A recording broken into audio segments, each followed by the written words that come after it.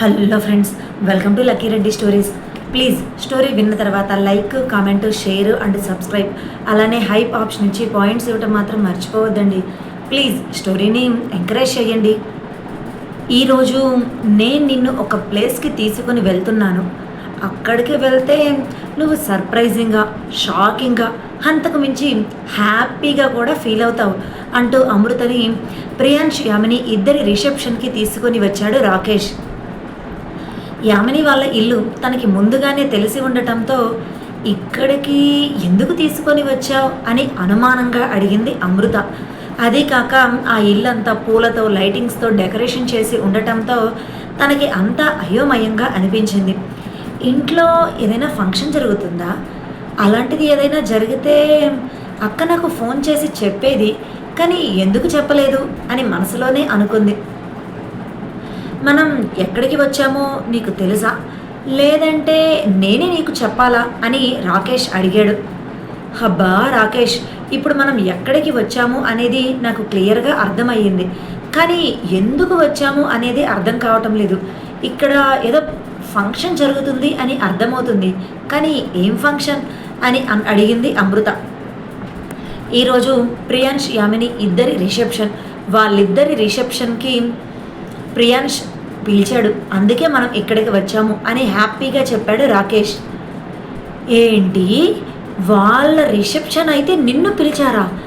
మరి అక్క నాకు ఫోన్ చేసి ఈ విషయం ఇంతవరకు ఎందుకు చెప్పలేదు అని అనుకుంటూనే, ప్రియాంష్ నిన్ను పిలిచాడు, బాగానే ఉంది, మరి నువ్వు అతడికి నిజాలు చెప్తాను అన్నావు, చెప్పావా? ఇప్పటి వరకు ఒక్కసారైనా కలిసావా, మాట్లాడావా అని అనుమానంగా అడిగింది అమృత. నేను ప్రియాంషని కలవటం జరిగింది.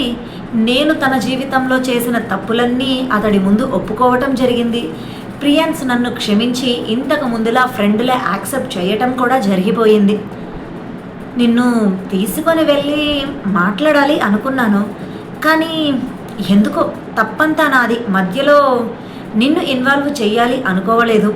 నేను చేసిన తప్పులో నిన్ను ఇన్వాల్వ్ చేసి నువ్వు తప్పు చేసిన దానిలాగా ప్రియాంష ముందు నిల్చోబెట్టడం కరెక్ట్ కాదు అనుకొని నేను ఒక్కడనే వెళ్ళి మాట్లాడాను అంటూ జరిగింది మొత్తం చెప్పాడు రాకేష్. వాడు మాట్లాడిన ఒకే ఒక్క మాట నాకు చాలా బాధగా అనిపించింది. అది ఏమిటి అంటే, నేను వాడికి అంత ద్రోహం చేసినా కూడా అవి ఏమీ మనసులో పెట్టుకోకుండా, పట్టించుకోకుండా, ఇంకా నువ్వు నాకు ద్రోహం చేసినా పర్వాలేదు, కానీ నా ఫ్రెండ్గా నా పక్కనే ఉండాలి, నా మీద ఉన్న కోపంతో, స్వార్థంతో ఎక్కడ నాకు దూరంగా వెళ్ళిపోతావు ఏమో అని భయపడ్డానురా అని ప్రియాంష్ నాతో అంటుంటే నేను పాతాళంలోనికి వెళ్ళిపోయిన ఫీలింగ్. ఎంత పెద్ద తప్పు చేశానో తెలిసి వచ్చింది.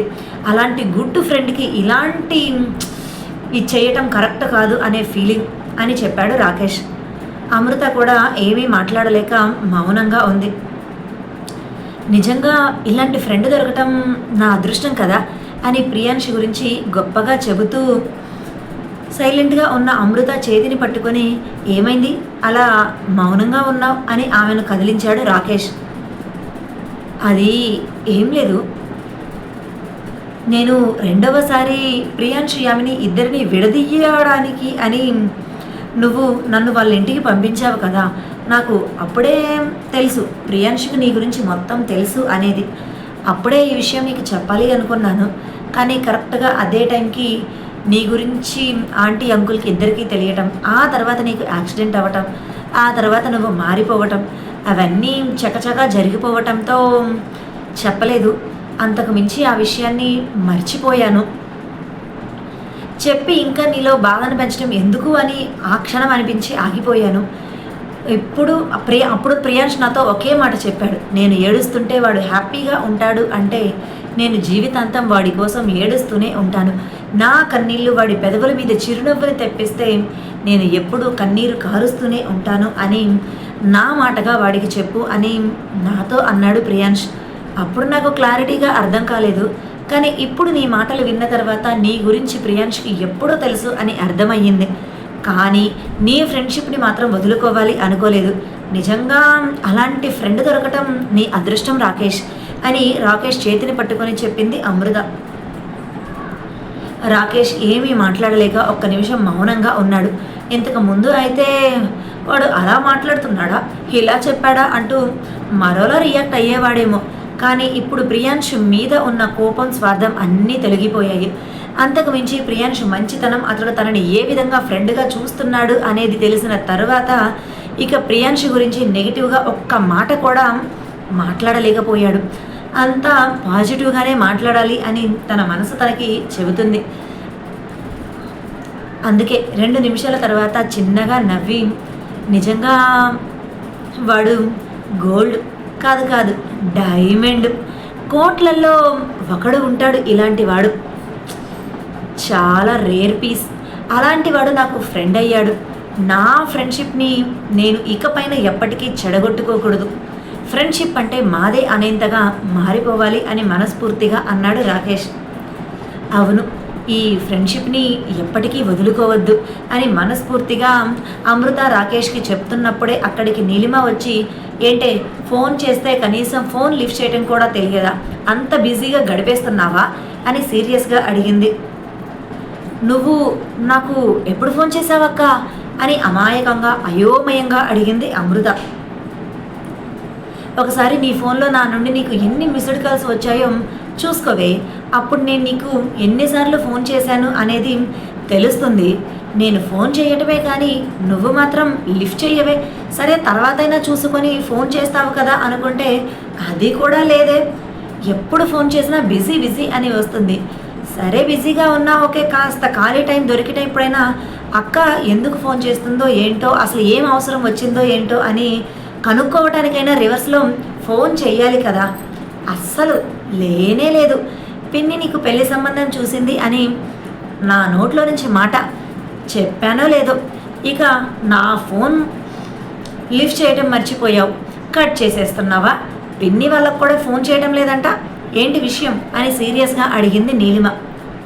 అంటే అక్క అది అని తల వెనక చేతులు పెట్టుకుని ఏం మాట్లాడాలో ఏం చెప్పాలో అర్థం కాక వెకిలిగా ఒక నవ్వు నవ్వింది అమృత. చాలు చాలు చాలు, నీ నవ్వు చూసి ఇక్కడ పడిపోయే వాళ్ళు ఎవ్వరు లేరు అని అంటూ పక్కన వాళ్ళ వైపే చూస్తూ ఉన్న రాకేష్ని చూసి, ఎవరు తను, ఆగాగు నేనే చెప్తాను అంటూ రాకేష్ని పైనుండి కింద వరకు చూసి, నీ లవర్ కదా, ఫంక్షన్కి తీసుకొని వచ్చావా అని అడిగింది. అవునక్క, అమ్మ వాళ్ళకి పరిచయం చేయాలి అని ఎప్పటి నుంచో అనుకుంటున్నాను, కానీ కుదరటం లేదు, సిచ్యువేషన్స్ కరెక్ట్గా రాలేదు. ఈ హ్యాపీ మూమెంట్లో పరిచయం చేస్తే బాగుంటుంది కదా అని అమృత కూడా రాకేష్ చేతిని పట్టుకొని అన్నది. అవునా, మంచి నిర్ణయం తీసుకున్నావు. ఇప్పటికైనా నీ లవ్ మ్యాటర్ ఇంట్లో చెప్పేస్తే వాళ్ళు హ్యాపీ ఫీల్ అవుతారు.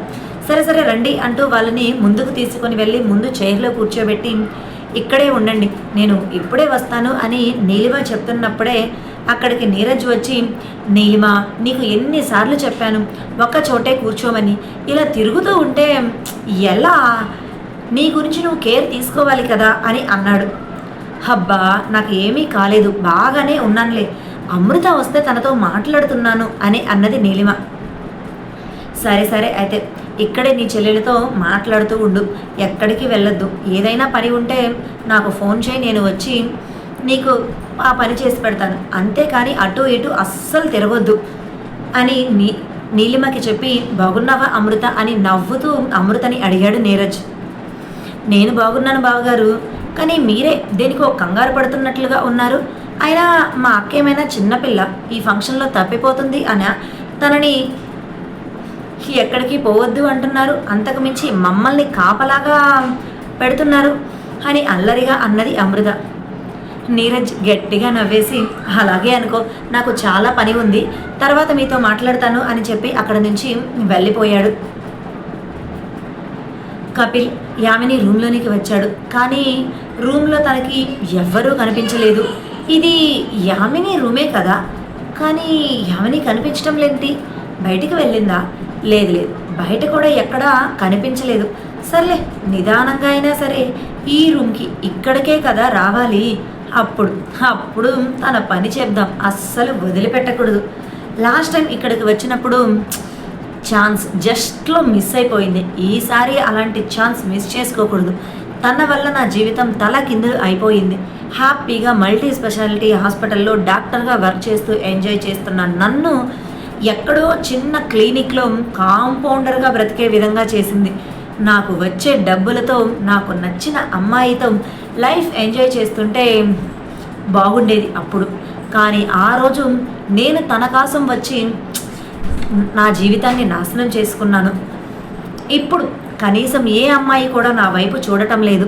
దానంతటికీ కారణం యామిని అని అనుకుంటూ యామిని రూమ్లోనికి వస్తుంది ఏమో అని కర్టన్ వెనక నిలబడి ఆమె కోసం వెయిట్ చేస్తూ ఉన్నాడు. అలా అతను కర్టన్ వెనక్కి వెళ్ళాడో లేదో యామిని లోపలికి వచ్చి ఈ ప్రియాంష్ని త్వరగా రెడీ అవ్వమంటే అమ్మాయి కంటే దారుణంగా గంటలు గంటలు చేస్తున్నాడు అని అనుకుంటూ డ్రెస్సింగ్ రూమ్లో ఉన్నాడు ఏమో అని ఆ రూమ్ లోపలికి వెళ్ళింది యామిని. అతను కపిల్ డోర్ దగ్గరకు వచ్చి ఆ డోర్కి లాక్ వేసి డ్రెస్సింగ్ రూమ్లో ఉన్న యామిని దగ్గరకు వెళ్ళాడు. వెనకే అడుగు చప్పుడు వినిపించడంతో హబ్బా ఎంతసేపు ఆడపిల్లలా రెడీ అవుతున్నావు అంటూ వెనక్కి తిరిగిన యామినికి అక్కడ ప్రియాంష్ బదులు కపిల్ కనిపించడంతో ఒక్క క్షణం తన మనసు భయానికి గురి అయ్యింది. ఏం చేయాలో అర్థం కాలేదు. అలా బిగుసుకుపోయి నిలబడింది. హాయ్ యామిని, చాలా రోజులు కాదు నెలలే అయ్యింది కదా నువ్వు నన్ను ఇలా చూసి. ఏంటే నీకు పెళ్ళి జరిగింది అంటున్నారు, ఇప్పుడు నీ రిసెప్షన్ అని కూడా చెప్తున్నారు. సర్లే, నువ్వు ఎవరిని పెళ్లి చేసుకుంటే నాకేంటి, కానీ నేను అనుకున్నది చెయ్యాలి కదా. ఒకే ఒక్కసారి నిన్ను టేస్ట్ చేసి వదిలిపెడతాను. ఆ తర్వాత నీ లైఫ్ నీ ఇష్టం. నేను అస్సలు నిన్ను డిస్టర్బ్ చెయ్యను. కాలేజీ రోజుల నుంచి నిన్ను ఒక్కసారి అయినా టచ్ చేయాలి, అనుభవించాలి అని అనుకుంటూ వచ్చాను. కానీ అలా డైరెక్ట్గా నీ దగ్గరకు వచ్చి అడిగితే నువ్వు ఒప్పుకోవు కదా. ఎంతైనా డబ్బున్న ఫ్యామిలీ కదా, అందుకే ప్రేమ అంటూ నీ వెంట పడ్డాను. కానీ ఆ రకంగా కూడా నువ్వు నాకు లొంగలేదు అని అన్నాడు కపిల్. ఇదండి ఇవాల్టి స్టోరీ.